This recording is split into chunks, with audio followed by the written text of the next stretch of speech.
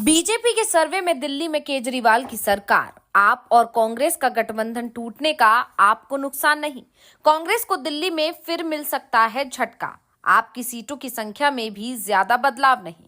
दिल्ली विधानसभा चुनावों में आम आदमी पार्टी को एक बार फिर से बड़ी जीत मिलने वाली है। केजरीवाल की लोकप्रियता और भी दिल्ली में सबसे ज्यादा है। बीजेपी का कोई भी नेता जो सीएम पद का दावेदार है, उसकी लोकप्रियता केजरीवाल की तुलना में 10% भी नहीं है। और अब बीजेपी की तरफ से जो इंटरनल सर्वे कराया गया है, उसने तो बीजेपी को बुरी तरह से परेशान ही कर दिया है, जिसमें बीजेपी के सामने एक नहीं कई चुनौतियां दिख रही हैं। तो दूसरी तरफ केजरीवाल के चुनाव में जीत बहुत ज्यादा मुश्किल नहीं दिख रही है। इसके बाद से ही अब दिल्ली की कमान खुद अमित शाह अपने हाथों में लेने को तैयार है। दिल्ली विधानसभा के चुनाव फरवरी में होंगे। जनवरी में चुनावों का ऐलान कर दिया जाएगा और दावा किया जा रहा है कि इस बार दिल्ली में कांग्रेस, आप और बीजेपी तीनों अलग अलग चुनाव लड़ेंगे, यानी किसी भी दल का गठबंधन नहीं होगा। तीनों ही दल दिल्ली की 70 सीटों पर अपने अपने उम्मीदवार उतारने की तैयारी में है और बीजेपी की सबसे बड़ी चिंता है कि उसके पास आधी सीटों पर दमदार उम्मीदवार ही नहीं मिल रहा है। वहीं दिल्ली विधानसभा चुनाव में बीजेपी के हार के संकेत मिल रहे हैं और ये संकेत बीजेपी के अपने सर्वे में ही सामने आए हैं। बीजेपी के सर्वे में 46 सीटों पर आम आदमी पार्टी के साथ उनकी कांटे की टक्कर बताई जा रही है और भारतीय जनता पार्टी का पूरा फोकस इन 46 सीटों पर ही है। लेकिन सबसे बड़ी बात तो ये है कि बीजेपी के पास इन 46 सीटों पर मजबूत उम्मीदवार ही नहीं है। एक तरफ आम आदमी पार्टी चुनाव प्रचार में आगे निकल चुकी है, चुनाव के लिए 2 लिस्ट जारी कर चुकी है, तो बीजेपी ने अभी तक अपने किसी भी उम्मीदवार के नाम का ऐलान ही नहीं किया है।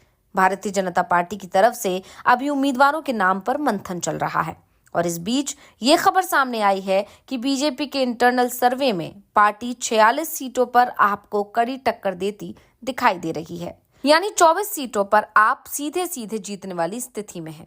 बची हुई 46 सीटों पर ही बीजेपी की संभावनाएं बन सकती हैं।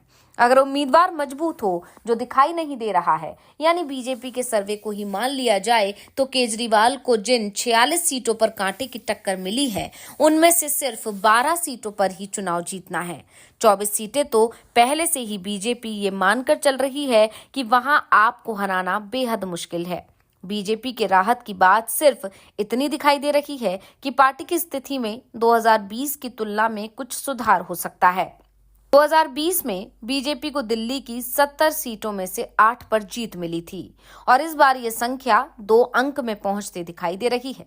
इस बीच बीजेपी के नेताओं ने ही ये स्वीकार किया है कि दिल्ली में आप इस बार भी 50 पार जा सकती है।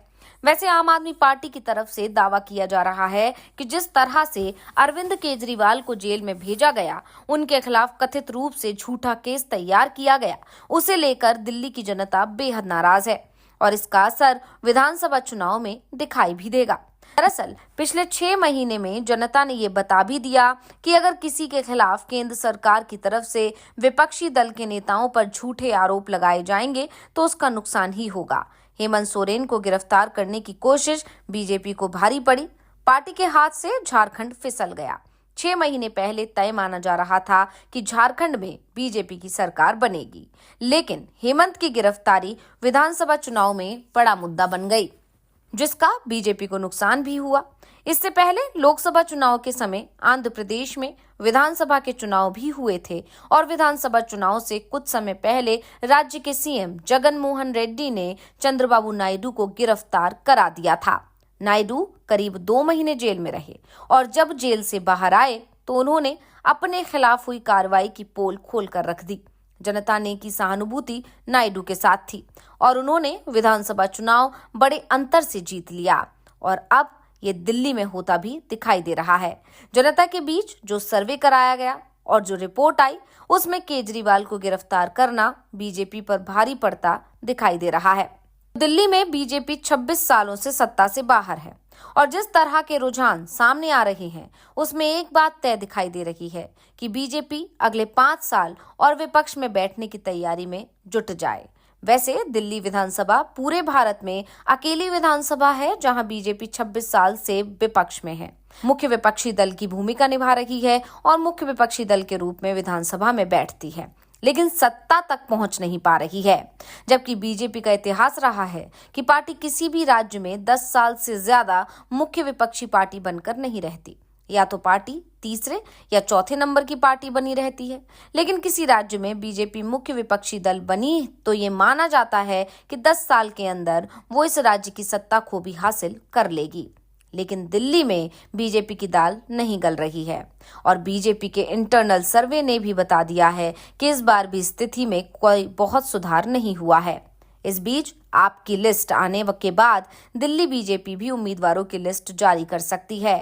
बीजेपी के अंदर उम्मीदवारों के चयन की कोशिश तेज हो चुकी है। चर्चा में जिन नामों पर गौर किया गया उनमें वीरेंद्र सचदेवा पटपड़गंज, कृष्णा नगर और कस्तूरबा नगर, डीसीडब्ल्यू की पूर्व प्रमुख बरखा शुक्ला सिंह या अनिल शर्मा आरके पुरम से, जंगपुरा से इमप्रीत बख्शी, मालवीय नगर से सतीश उपाध्याय, नई दिल्ली से पश्चिम दिल्ली के पूर्व सांसद प्रवेश वर्मा, गांधीनगर से विधायक अनिल वाजपेयी, कृष्णानगर से अरविंद सिंह लवली, राजौरी गार्डन से मनजिंदर सिंह सिरसा और दिल्ली कैंट से रविंदर लोहिया शामिल हैं। दावा किया जा रहा है कि बीजेपी उम्मीदवारों की पहली सूची इसी महीने जारी कर देगी। इस बीच ये भी कहा जा रहा है कि दिल्ली में चुनाव प्रचार की कमान पूरी तरह अमित शाह के ही हाथ में रहेगी, क्योंकि अरविंद केजरीवाल बीजेपी के लिए बड़ी चुनौती बनते जा रहे हैं। इसलिए दिल्ली भले ही केंद्र शासित प्रदेश हो, लेकिन बीजेपी के लिए ये नाक का सवाल बन गई है। इसलिए बीजेपी ने यहाँ पूरी ताकत झोंकने की तैयारी कर ली है। तो दूसरी तरफ आम आदमी पार्टी ने शुरुआत में ही चुनाव प्रचार में बढ़त बना ली है।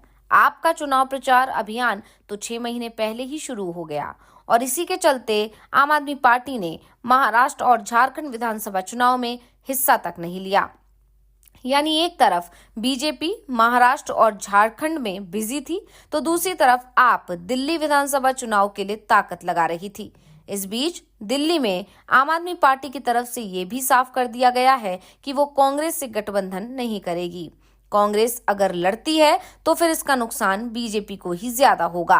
कांग्रेस के जो भी मजबूत नेता हैं उन्हें केजरीवाल पहले से ही अपने पाले में करने में जुटे हुए हैं। यानी बीजेपी दिल्ली लड़ाई में एक बार फिर से हारती दिखाई दे रही है। सवाल उठ रहे हैं कि इस हार के लिए जिम्मेदार कौन होगा, क्योंकि ये तो पहले ही तय हो गया है कि दिल्ली में बीजेपी किसी के भी चेहरे पर चुनाव नहीं लड़ेगी। तो ये रिपोर्ट आपको कैसी लगी हमें कमेंट करके अपनी राय जरूर दीजिएगा। इसी के साथ इस वीडियो को लाइक करें, वीडियो को शेयर करें और हाँ, चैनल को सब्सक्राइब करना ना भूलें। तो ये रिपोर्ट आपको कैसी लगी हमें कमेंट करके अपनी राय जरूर दीजिएगा। इसी के साथ इस वीडियो को लाइक करें, वीडियो को शेयर करें और हाँ, चैनल को सब्सक्राइब करना ना भूलें। इसी के साथ इस वीडियो को लाइक करें, वीडियो को शेयर करें और हाँ, चैनल को सब्सक्राइब करना ना भूलें।